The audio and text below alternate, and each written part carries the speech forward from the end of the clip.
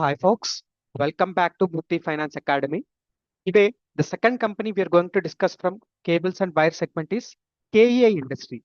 The first company which we have discussed is Polycab India Limited. If you haven't watched that video, please do watch after watching this video. It is already live on the channel. So, before we start, a quick disclaimer: I'm not a SEBI registered analyst. Whatever the companies we're going to discuss are purely for educational purpose. Okay, so now KE Industries is currently executing a textbook strategic pivot, long pursued as a B2B workhorse, providing heavy duty cables for government and industrial projects. The company is aggressively transforming into a high margin, retail centric brand. This quarter marks a reset phase. The company is finally breaking through the capacity ceilings that hampered its growth over the last 2 years, thanks to the start of massive Sanand expansion. So, the company, to see why KEA is more than a just wire manufacturer, we have to look at the massive hunger for power currently gripping India. So the cables and wire sector is the literal nervous system of India's infrastructure. We are entering a phase of record power demand. India's peak demand has already crossed the 240 gigawatt mark, meaning the TAM is expanding faster than the most analysts expected. So renewable energy evacuation, moving power from a solar farm in Rajasthan to a city requires massive extra high voltage infrastructure. KEI is already supplying the entire solar chain, including Reliance Jamnagar polysilicon factory. Second is real estate recovery. The residential boom is a gold mine for the house wire segment. B2C sales also grew 29% this quarter, riding the wave of new home completions. And the third is China plus one export play. Developed nations are desperately seeking non-Chinese suppliers for critical power infrastructure. KE's technical qualifications in the UK and Australia position them perfectly for this global substitution. So KEA isn't just riding the industry wave, they are specifically tilting their product mix toward the highest margin pockets of this market. So if you see its revenue mix, the companies generates nearly 52% of the revenue, 53% of the revenue from retail B2C segment, and 42% of the revenue from B2B from institutional, and exports 17%. So the headline story is 95% year on year growth in exports this quarter. Why? Exports and B2C are the primary margin drivers. In Q3, B2C reached 55% of the total mix. Geographically, KEA is winning prestige contracts. In Australia, it won 330 kW, and in Spain 220 kilowatt, and a massive breakthrough in UAE with three contracts for 132 kV cables. These aren't just sales, they are technical validations that allow KEI to command premium pricing. So selling premium products is great, but the real magic is in how KEI protects its bottom line from volatile raw material costs. So in for the 9 months fiscal year 2026, if you see its revenue split, so uh, 34% major revenue was driven by EHV segment, followed by some 42% from LT power, and 2% from SSW, and another 2% from EPC, and the remaining 5% from other segments. Okay, so this quarter the company showcased incredible operating leverage. While revenue grew 19.5%, EBITDA surged by 39%. So EBITDA margins expanded from 10.29% to 12%. This wasn't like KA uses a 15-day price reset mechanism in the retail market. This acts as a pass-through engine, protecting margins from LME, copper, and aluminum volatility. So there is a working capital red flag also. If you see its cash flow, the 9 months EBITDA is 963 crores, but the net cash from operating activities is negative 32.2 crores.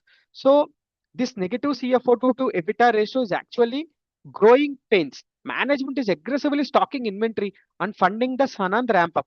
They are burning cash today to ensure they don't run out of product tomorrow. So KE also remains virtually debt free. They are funding a multi-thousand crore capex to internal cash and QIP proceeds. So the earnings quality is high definition. Margin expansion from 10% to 12% is sustainable because it's driven by better product mix, like more retail and more exports, and a pricing engine that passes on metal costs every 2 weeks. So its financial results are the lagging indicator. The leading indicators are found in the operational KPIs. If you see its operational KPIs like order book, with a total order book of nearly 3,928 crores, the domestic order book alone stands at 2,426 crores, and EHV at 717 crores, and export at 424 crores, and EPC 361 crores. So the EPC, the lowest margin part, is now the smallest piece. So if you see its capacity utilization, cable utilization dropped to 76% from 85 to 92% levels. So this is good. It's only lower because they added the Sanand phase 1 capacity. They have finally have breathing room to fulfill orders they used to turn away. So the working capital also, dealers operate on a lean 15 to 20-day cycle. This keeps the retail engine highly cash productive. And its asset turnover also, for wires it is 1 is to 6 versus cables at 1 is to 4. So wire B2C, wires like B2C moves off shelf like fast fashion. You invest rupee 1 in a machine and gets rupee 6 in sales quickly. For cables, B2B segment are heavy customized projects that take longer to build and ship, hence the lower 1 is to 4. So with the infrastructure ready, can management actually execute? So the Q3 con call was a highly confident. The management is no longer talking about if they will grow, but how fast. So management promised a 20% CAGR target, but if you see, actually it delivered 21.26% in 9 months, hitting the mark. And margin expansion also, it stood at 12% in Q3, exceeding the 11% guidance. And its Sanand LT or HT production, it started on December 2025, which is on track.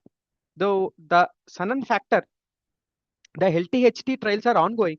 The next big milestone is March 2027, when the high margin extra high voltage facilities come online.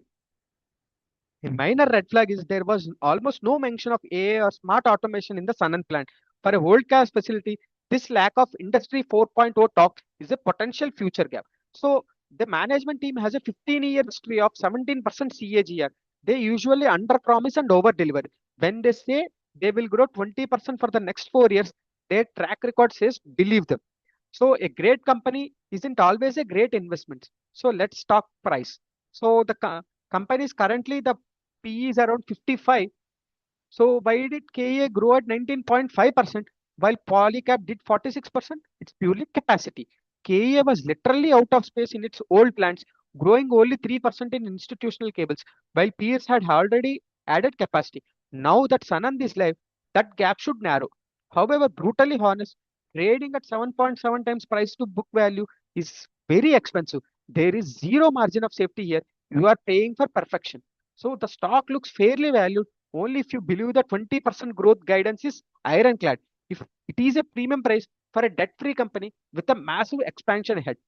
So here high prices leave no room for mistakes. So what could spoil the party? Some risks are geopolitical risks. Export to US are currently on hold due to tariffs. While KEA pivoted to Europe and Australia, any escalation in global trade wars will hurt the 20% export goal. Competition. New entrants like Bajaj and Crompton are using an outsourced model to enter the wire segment.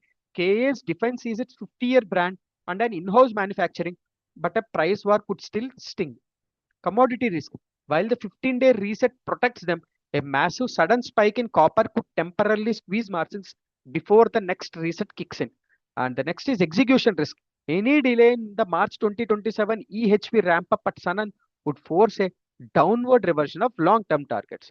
If you see some of its strengths, it's a debt-free company, B2C momentum, where retail reached 55% of Q3 sales, and only Indian firm qualified for UK National Grid for 400 kV project is a key strength. Coming to weaknesses, its CFO to EBITDA, which is in negative for 9 months due to high working capital and institutional stall. Segment grew only 3% in 9 months due to capacity constraints, and valuation is also very high with a price to book value of nearly 7.7 times. And opportunities are Sanand Phase 2, potential for 6,000 crore incremental top line by fiscal year 2029, and EHV demand. Domestic supply gap in 400 kV cables is massive, and export expansion. 95% year on year growth shows global acceptance. Coming to threats, US tariffs, which are stalled due to due to tariff reasons, and outsourced competition, entry of consumer appliance giants into wires, and the last is commodity spikes, potential 15% plus rises in input costs. So what are the key monitorables are Sanand revenue run rate, which we need to see whether they are hitting a target of 250 crores per month in Q4 fiscal 2026 or not. CFO recovery, does operating cash flow turn positive in Q4 as inventory stabilizes? And HTBAS certification, confirmation of receipt, originally targeted for January, but till now we haven't received an update on this. And the next is export mix, tracking if exports sustain above 17% of total sales. And B2C growth, sustaining 23 to 25% growth in the retail distribution channel. And EHV trails, progress of 400 kilowatt cable type tests at the new Sanand facility. So what is the final summary if you ask me? KEI Industries has delivered a quarter that marks the bridge to its next era. For the past 2 years, the company was fighting with one arm tied behind its back due to capacity constraints. That era is over. The financial cleanliness of zero debt and 12% EBITDA margins is top tier, but the negative cash flow from operations is a reminder that expansion isn't free. It requires heavy working capital. The strategy is brilliant in its simplicity. Using use housewares B2C for high speed turnover and use EHV and exports for high margin prestige. While the valuation is undeniably steep at 7.7 times prior book value, KA remains the highest quality proxy for India's power grid modernization. So, what is the verdict? This was a delivery quarter. The volume constraints that hampered growth for the last 2 years are dissolving. If you can stomach the premium valuation and the lack of a margin of safety, KA's transformation into a global retail powerhouse is well on its way. The Sanand plant is the catalyst that will likely transform this company from a domestic player into a global heavyweight by fiscal year 2029. Hope you like this video. If you do like this video, please do like, share, comment, and subscribe to Murthy Finance Academy. Thank you.